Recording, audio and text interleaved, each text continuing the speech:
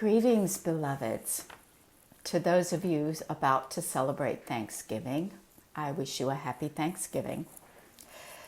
We are an hour away from the new moon. It just passed.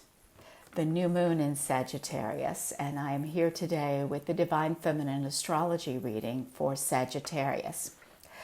And what a morning it's been already. I am going to celebrate and give gratitude for two particular gifts. One I'm wearing. Over the weekend, I received in the mail a packet of jewelry handmade and designed by my friend John Gardner.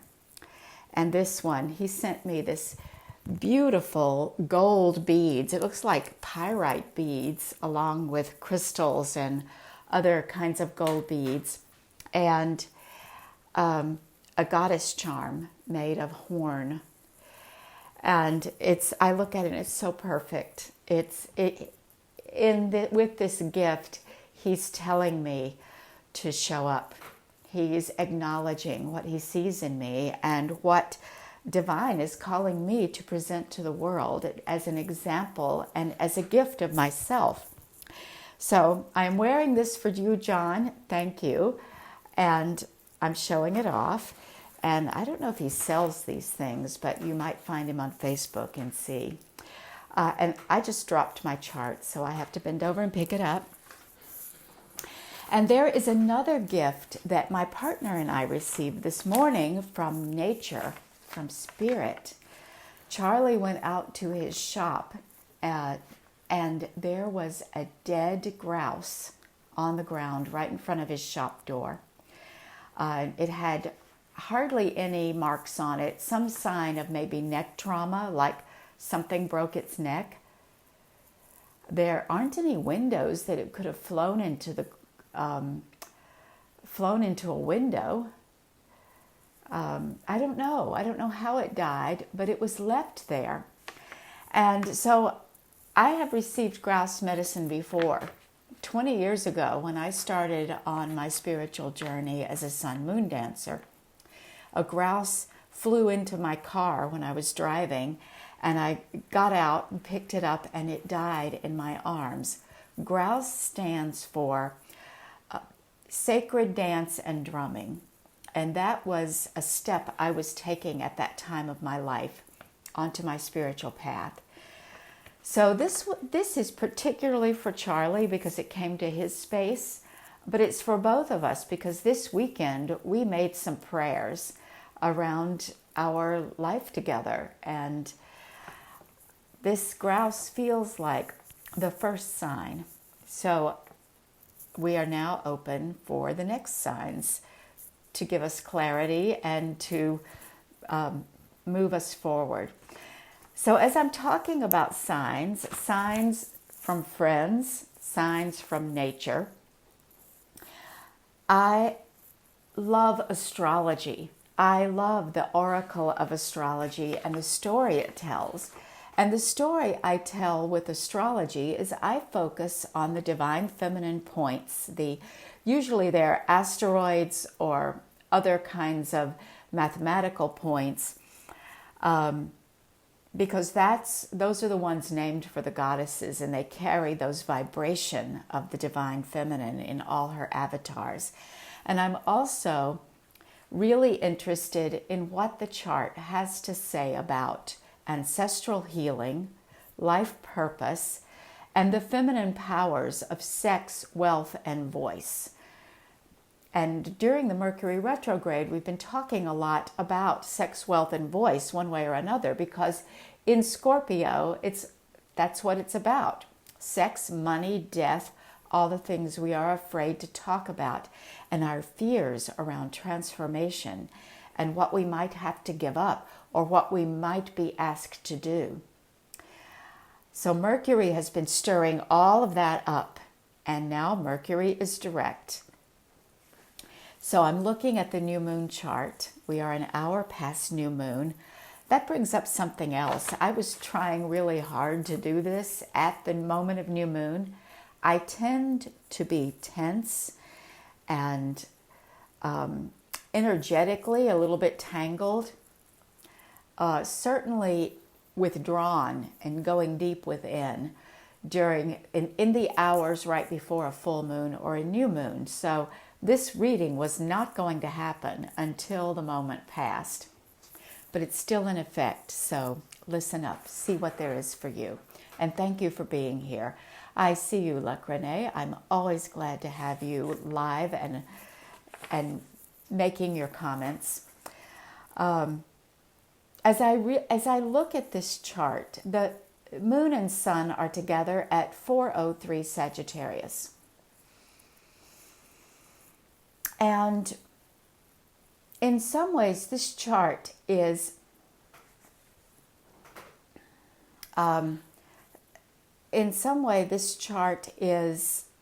a setup. It's almost a rest, a pause, a completion of some of the biggest themes of the Mercury retrograde. And then it is setting up and getting ready for what's going to happen January 12th, which is a multiple conjunction. There are 5 planets in conjunction in Capricorn on January 12th. I'm not going to read that one right now. I'm just saying, take a deep breath at this new moon. Be incredibly intentional in your prayers. Notice the gifts and signs and answers that come. I don't know if birds are going to drop dead in front of your house or people will send you beautiful golden gifts in the mail, but the signs are everywhere. And when you set your intention with a specific question, a specific ask, then it doesn't matter what the sign is because you're getting your answer. We are in relationship to the universe. We are in relationship to our cosmos. So what's going on? We are having a completion. Mars is at 4 degrees Scorpio, which is where the Sun was at the last new moon. The Sun and Moon were together at 4 degrees Scorpio. Mars is reactivating that point with energy and power, masculine fire, action. So now, during Mercury retrograde, it may have felt like not the right moment to take action. It was a time for allowing stuff to come up and release and observe and witness yourself. Now, Mercury is direct and Mars is firing off that new moon point. The new moon in Scorpio, Mars is right there saying act. Mercury is completing a week-long conjunction with Hecate. Remember how he went backwards through Scorpio and met up with the crone at the crossroads, Hecate, and they have been traveling for a solid week. And they're going to begin to pull apart over the next couple of days so that by December 1st or 2nd, they will really be separated. And Mercury is gathering the wisdom from the crone and carrying her forward, carrying that message forward into the big union on January 12th. So the crone can only go as fast as she can go. She's sending Mercury ahead with the message. They are opposite Vesta. Vesta is having her reunion with the dark goddess. And right now she's in retrograde in Taurus, opposite. Vesta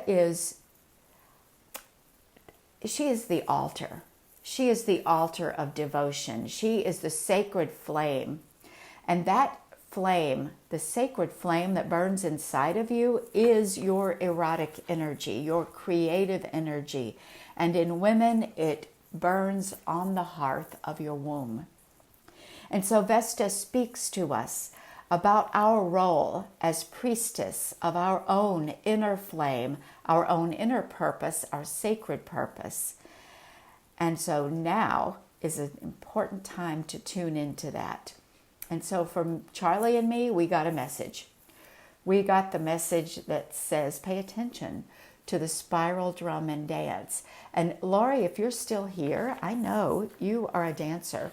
and a drummer. I found a grouse on the ground, dead, outside my house today. Sacred dancing and drumming. If you have any thoughts to add, I really appreciate it.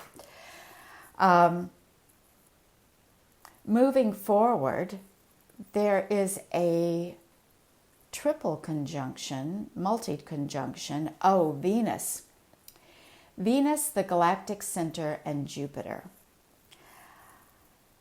Venus and Pholus. So there's four planets in tight conjunction, and Ceres is not far behind. This is all within 6 degrees at the end of Sagittarius and the beginning of Capricorn. Venus is the trigger point here because Venus has just this morning crossed into Capricorn, and she is at 0 Capricorn, 1st degree of Capricorn. That is the Aries point. The 1st degree of all of the cardinal signs. It's astrology geek talk, but what it does is it is like a trigger point that activates the entire wheel. Venus is there. What does Venus stand for? The bright and shining one. She just completed a conjunction with Jupiter, and you could actually see it in the sky. They're still up there together, quite beautiful at sunset. But on Saturday, they were directly in line, vertically. Jupiter above, Venus below, and Venus is shining like a spotlight, like a diamond in the sky. Twinkle, twinkle, little planet. And so here she is bringing all of that beauty, all of that abundance, all of that truth of the best parts of ourselves. She is activating the wheel. This is something we really have to remember, no matter what kind of shit is going down in the world, no matter what is happening politically, what kind of abuse is going on, what kind of war, whatever struggles you are having personally. There is within you this truth of the divine, this truth of beauty and abundance. And you can tap into that no matter what the circumstance. And look to the people in your world who can amplify that in you. Do not hang out with the people who will tear you down, especially when you're feeling down. Look to the people who see the spark of the divine in you and who will be there to support you when you're not able to see it yourself. This is really important, that Venus is going to be a part of the energy as this big conjunction starts forming in January, here at the final hour of our calendar year. So Venus is there. She's there with a centaur called Pholus. And Pholus stands for small action, big effect. And he can sometimes be, oh, let me just do this dumb thing right now, and then have it spiral out of control. In a little bit, he's kind of like the masculine version of the Pandora's box myth. Venus is here to remind us in this conjunction, and they are both square Chiron, who is a mentor, a healer, and a bit of a taskmaster. He says, you can heal, but you have to pick up your blanket and walk. You can't just lay there wishing you would heal. You have to have faith, and faith has feet. So Venus is there with the beauty saying, the least little action, the least little idea that things could get better, that your life might have meaning and value, that you can actually create a change in your own circumstances and make the world a better place. Pholus can pick that up and turn it, expand it, set off a chain reaction of a good impact, good effect. It's entirely possible. Either way, whatever it looks like, holy shit, I didn't mean for that to happen. Hang on for the ride, because it's all working out to your highest good.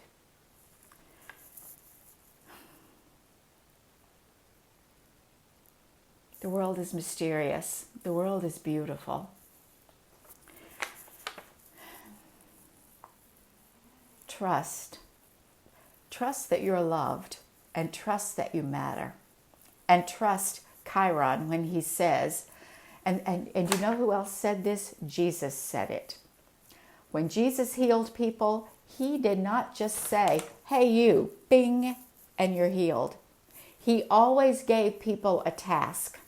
If you have the faith to do this task, even though you think you can't, you think you're too broken, too sick, too dead to get up. Even Lazarus, when he raised Lazarus from the dead, he said, hey Lazarus, come out. Quit believing you're dead, believe you're alive, and walk out of your tomb. He didn't go in there and get him and drag him out into the sunlight. He called him forth. And so I invite you to consider that Venus, Pholus, Jupiter, the galactic center, all square Chiron, are calling you forth. And now let's take a look. There is an aspect that has been a 2019 aspect, and nobody else is talking about it because nobody else looks at the goddesses. Chariklo and Pluto, they have been doing a dance of conjunction for at least all of 2019. They've never been more than 3 degrees apart during this whole time, and for certainly the last 6 months they have been within a degree. Right now, Pluto is at 2120 and Chariklo is at 2122. Well, why does this matter? Pluto, death and transformation. He is the god of the underworld. When Pluto shows up, something's going to die, and it might be your physical body. You certainly might feel threatened in that way. Your unconscious mind is going to be scared out of its wits, saying, I'm about to die. But what it really means is something in your life, something in yourself, your personality, your belief system that has been keeping you from growth.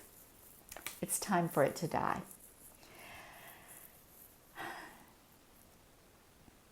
Chariklo says, don't worry. It might hurt, but I am the great feminine healer, the consort of Chiron, where Chiron says, pick up your dead ass and walk, quit believing you're dead, kind of like Jesus did. Chariklo says, yeah, I know it hurts. Here are some herbs that will make it feel better. You actually can do this. You can get through this. Here is a strengthening tonic to build your energy and to help you build your emotional and inner resolve to do the thing. So she has been with Pluto almost like she's, it just feels like a mitigating force on Pluto and Capricorn energy. And she is with him still for a little while, but by the time of the big conjunction, she will have pulled ahead. This conjunction is starting to separate, and she's going to be moving much more quickly ahead, and Pluto is still going to be in Capricorn for several more years. So this is their moment. What elixir do you need to drink? What truth? What medicine of the waters and the plants and the life-giving support of the medicinal earth do you need to tune into so that you can be present and have the strength to walk through what's coming next? We are all together called to walk through something that's very tough, and the astrology is envisioning it for us, representing it for us. And we need to be here for each other, and we need to receive the blessings that the earth gives us. And we need to take care of ourselves. We need to tend to our insides, our health, our energy, our thought processes, our belief systems, and tend to our community. Realize that we won't be able to do this alone. We're not supposed to do it alone. And that sometimes means the very difficult processes of asking for help, sometimes investing in help. If you need to go to a doctor or a healer and you don't have the money, sometimes you need to find the money. And sometimes you just need to ask for help. And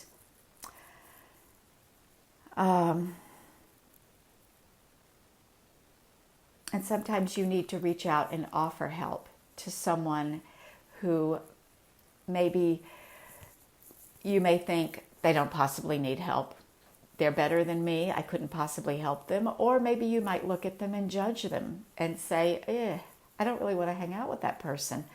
I don't like that person, or that person scares me, or that person is dirty or criminal, or I have ideas and beliefs about that person. Sometimes, and I kind of raise my hand because I'm feeling myself possibly called to open my heart in places where I've been avoiding it. Let me see if there's anything else important. Do you all have any questions you'd like me to address before I go off? Just type them in, and I'll give you a minute to let that come up. Let's see if there's anything else.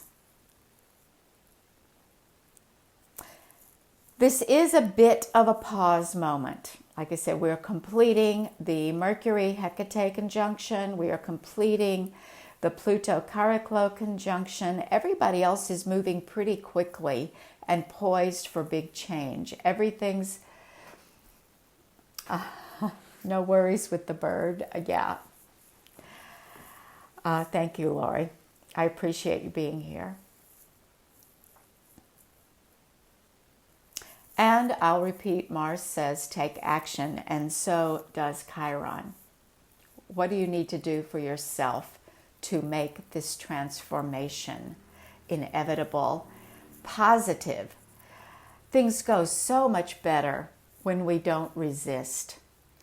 Resistance, I've heard several sage teachers say, the only thing that makes it hard is your resistance. The only thing that hurts is your resistance. Struggle is a result of resistance. So don't resist. No, it's important though to be aligned. Take a breath, tune in, ask for guidance, and when you get it, move your feet. I think I'm going to go out and drum and dance in my driveway where the bird was. And then I need to go I need to go finish taking down the beaver dam. They built a beaver dam in the culvert of my road. Nope. They've got a 5-acre pond. They don't need to increase it by another 5 acres on my lower 40. Hey, happy Thanksgiving. And happy Sagittarius, and I will see you at the incredible full moon that is coming Eastern Time on 12/12 at 12:12 a.m. So that's going to be a big reading just from the pure energy. Maybe I'll stay up and do a midnight reading. I'll see you soon. Have a wonderful weekend. Bye-bye.